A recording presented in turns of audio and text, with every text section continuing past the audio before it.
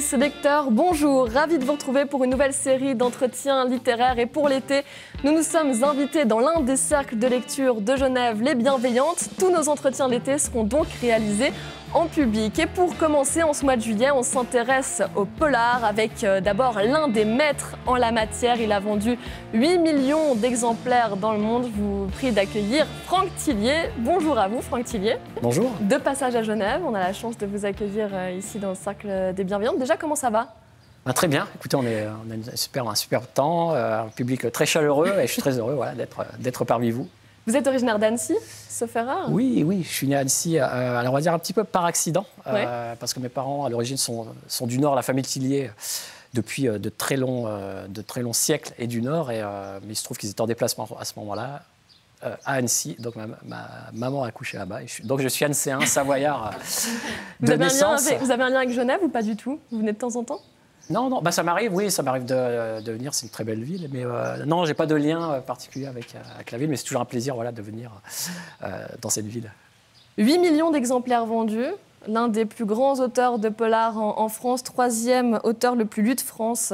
Ce palmarès, il vous fait peur, il vous rend fier, il vous barbe un peu de temps en temps ou pas ? Il y a un peu de tout ça, en fait. Non, très heureux, parce que c'est quelque chose qui a été progressif. En fait, moi, ça fait à peu près 20 ans que j'écris. J'ai démarré tout petit en termes de vente, auteur complètement inconnu, en dehors du milieu littéraire.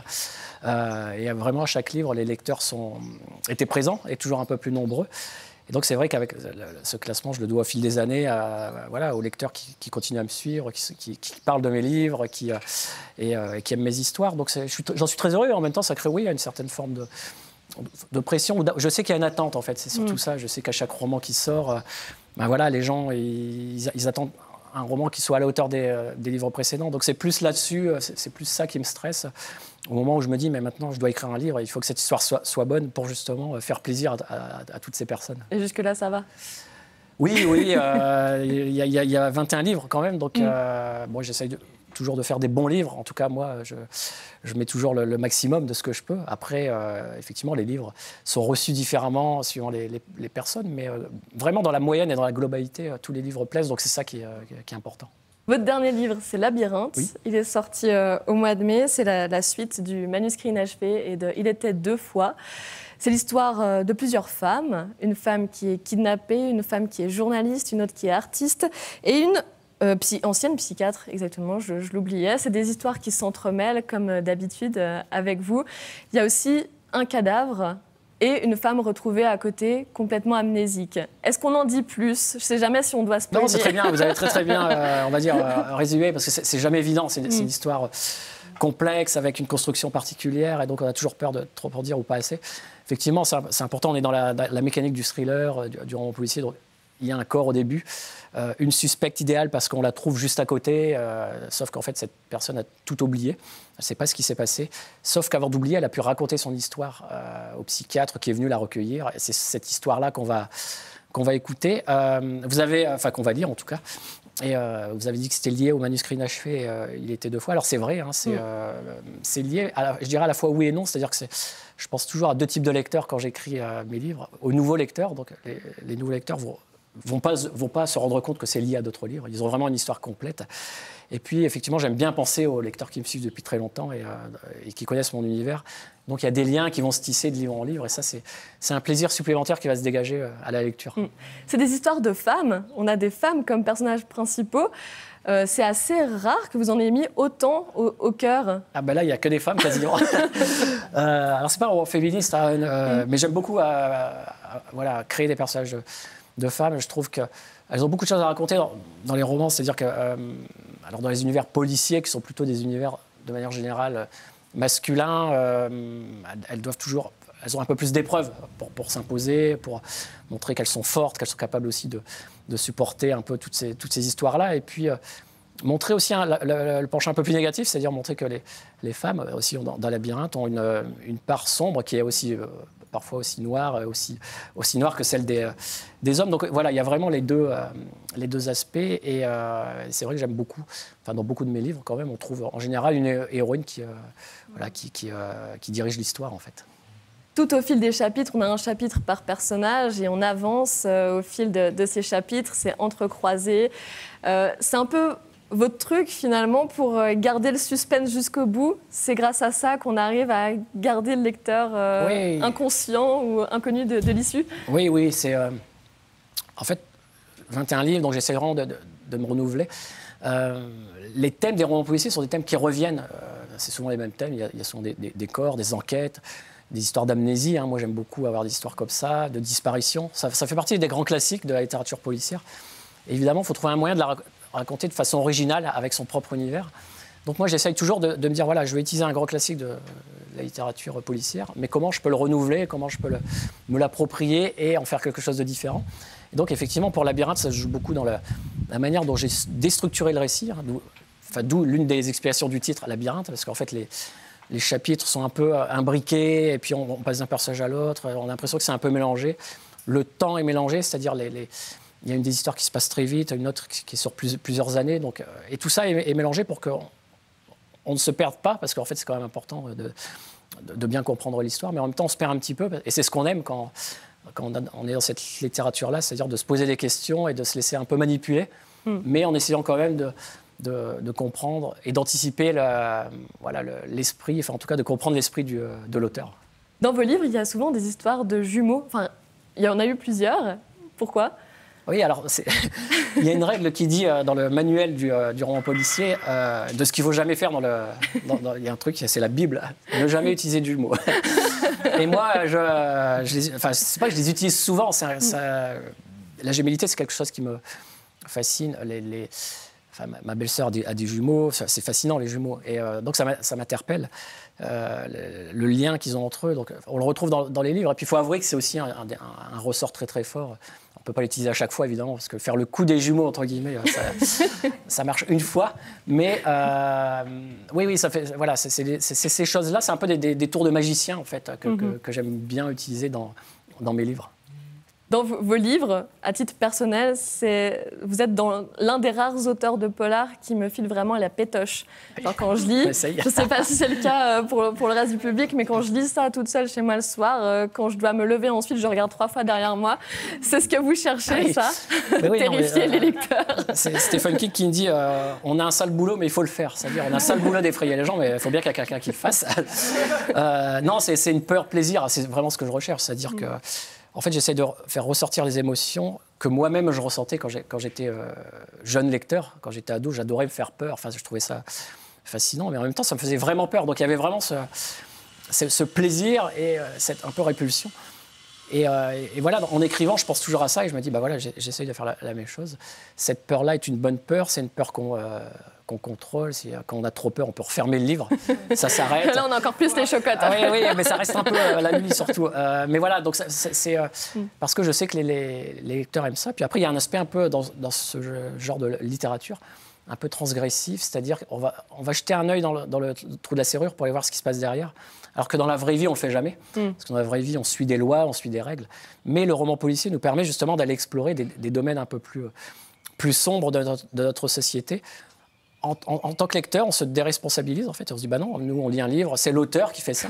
Et donc, voilà, on assouvit quelque part une petite envie de voyeurisme qui fait que le genre fonctionne bien, quoi. Pour ceux qui ne vous connaissent pas, on est quand même un peu loin d'Agatha Christie, ses enquêtes policières. C'est très gore.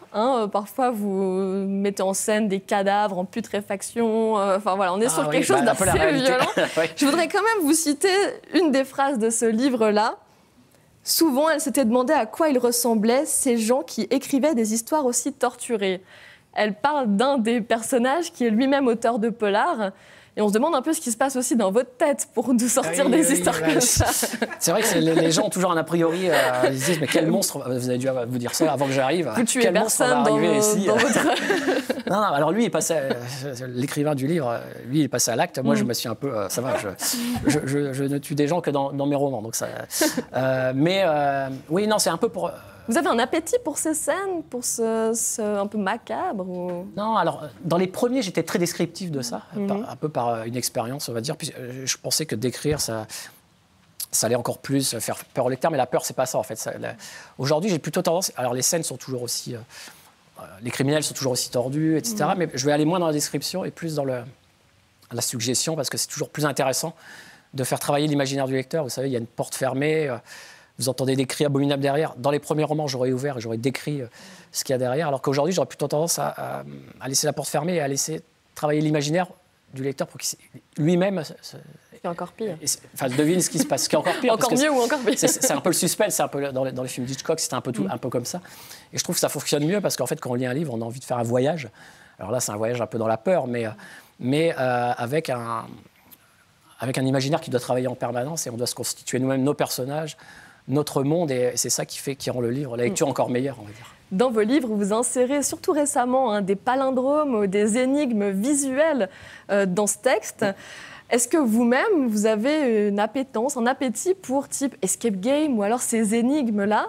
Oui, j'ai toujours aimé ça depuis tout petit. J'étais abonné à des revues de jeux aux échecs, de Rubik's Cube, puzzle. Enfin, vraiment, ça, c'est ce que j'aime. Et donc, j'essaye d'en mettre dans mes livres. Alors, j'aime beaucoup jouer aussi avec la littérature, la forme des mots, la langue française, parce qu'il y a des mots comme les palindromes, c'est les mots qu'on peut lire dans les deux sens, comme Laval, par exemple, une ville française. Donc j'aime beaucoup avoir ce genre d'énigmes, jouer avec les nombres aussi dans les livres. Enfin, il y a toutes ces choses-là qui sont une troisième lecture, on va dire, ou une deuxième lecture. Pour les lecteurs qui font attention, j'ai même des lecteurs qui notent un peu à chaque fois, qui voient des trucs. Et donc j'aime beaucoup ça, j'aime beaucoup cette notion de jeu entre un auteur et un lecteur, parce que ça fait partie du genre, je trouve. Du genre de l'énigme où on a un lecteur qui va essayer d'enquêter en fait un peu à la Agatha Christie, c'est un peu l'enquêteur, il va repérer les éléments que met l'auteur et l'auteur de son côté va essayer de le perdre, de créer des fausses pistes et voilà, donc il y a vraiment cette notion un rapport très fort, je trouve, dans cette littérature, une proximité entre un lecteur et un auteur. Et surtout, quand on arrive au bout de vos livres, des fois, c'est le grand mystère, c'est l'inconnu. On se dit, mais non, il ne peut pas nous laisser comme ça, dans cet état. Et il y a beaucoup de lecteurs qui ensuite vont sur des forums et qui discutent sur ces forums. J'y suis allée, moi-même. En même temps, en ne sachant pas exactement ce sur quoi j'allais tomber. Est-ce que vous-même, vous allez sur ces forums pour voir un peu ce qui se dit sur votre livre, sur l'issue ? Complètement. Et des fois, je trouve de super bonnes idées qui me... Et d'ailleurs, en fait, le manuscrit inachevé, il était 2 fois. Et Labyrinthe, en fait, ça vient un peu aussi de ces forums-là. Parce qu'au début, j'avais écrit que le manuscrit inachevé. Moi, je ne voulais pas écrire de suite. Enfin, il n'était pas question de... Je n'avais jamais imaginé ça. Et quand j'ai vu sur les forums les questions que les gens se posaient, je me suis dit, mais tiens, ils ont vraiment vu des trucs... ça serait pas mal de répondre à ces questions-là. Donc ça m'a donné des idées. Et c'est ce que j'aime aussi dans les livres. C'est-à-dire que une fois le livre refermé, tout ne s'arrête pas. C'est-à-dire l'histoire, quelque part, elle continue à habiter le lecteur qui a envie d'en savoir un peu plus. Et donc ça crée des regroupements de lecteurs et les gens en parlent entre eux. Et donc c'est un sujet commun et ça crée des liens entre les lecteurs. Et je trouve ça vraiment chouette d'avoir cet aspect qui va au-delà de juste d'une histoire qui se termine quand on tourne la dernière page. Dans vos livres, on retrouve très souvent ces personnages de Franck Charcot et Lucienne Bell, qu'on a suivis pendant des années, qu'on suit toujours. Oui. D'ailleurs, quelle relation vous avez avec eux maintenant ?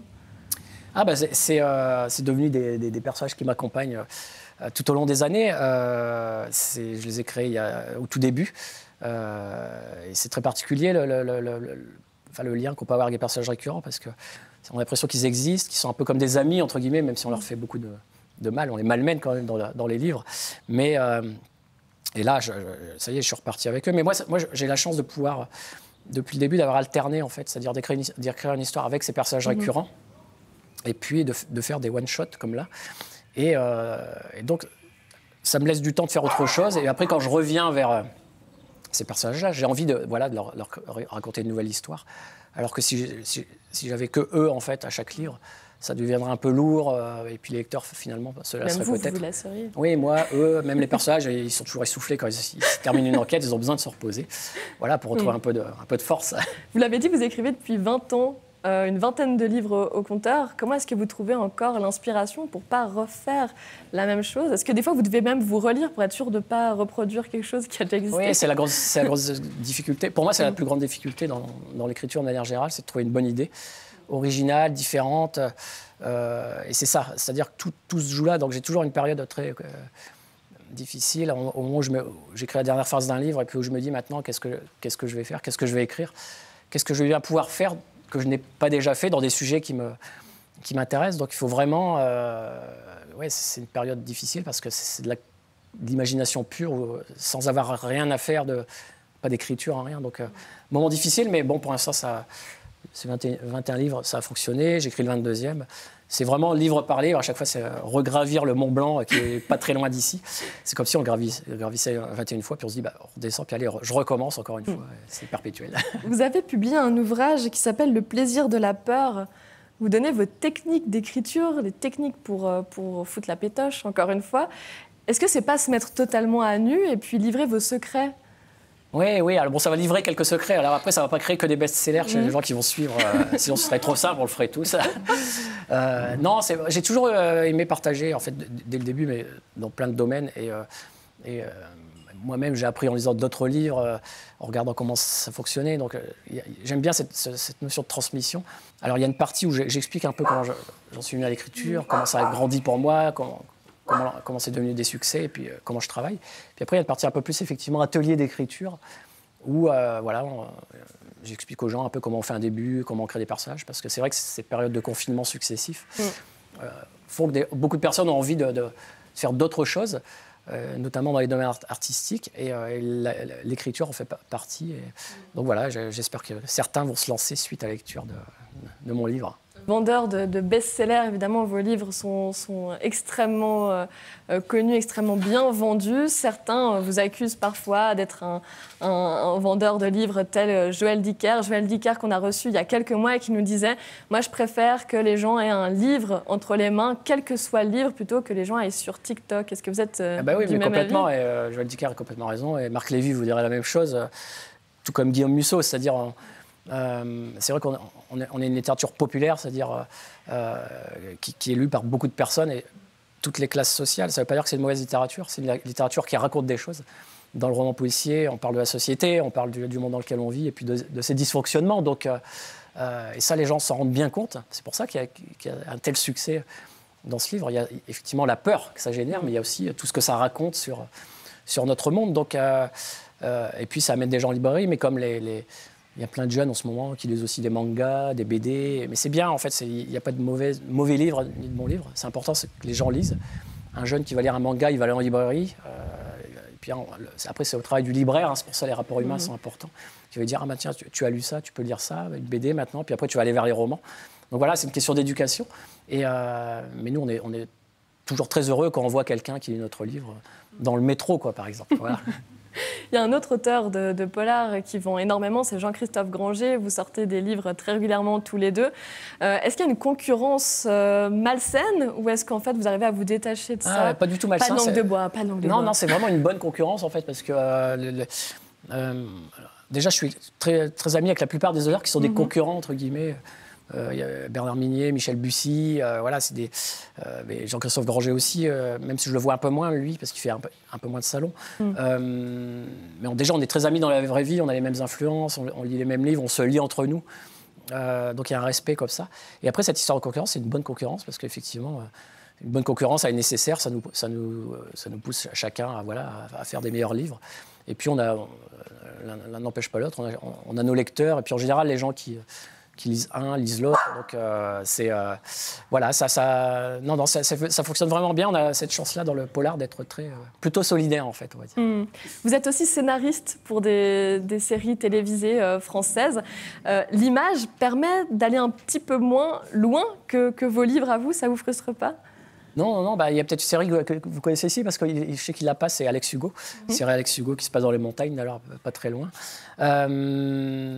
Non, alors là, ce sont des histoires originales, c'est pas tiré de livres, donc on les écrit pour la télé, elles sont faites pour ça, et Alex Hugo, c'est génial, parce que la montagne est un personnage, ça fait vraiment partie de la charte en fait, d'écriture, et ça fait beaucoup de bien aux gens, parce que c'est plein de soleil, plein de belles couleurs et tout, donc ça c'est important.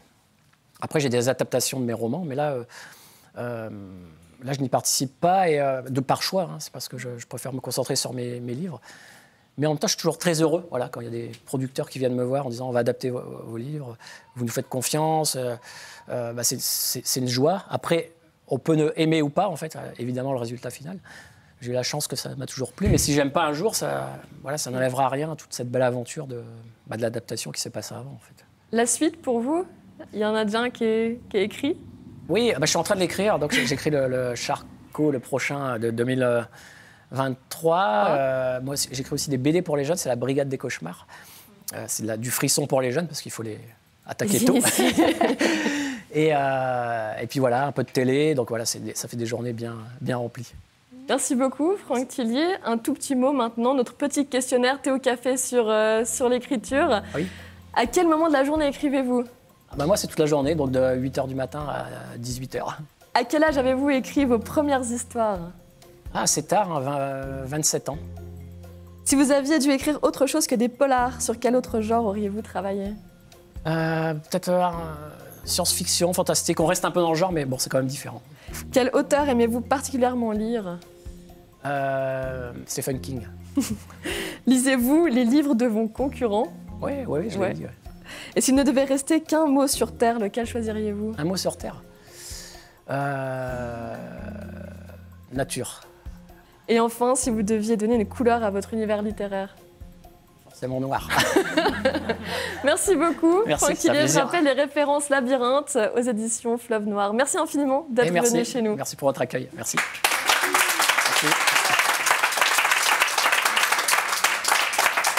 Et merci à vous. On se retrouve très vite pour une nouvelle émission littéraire.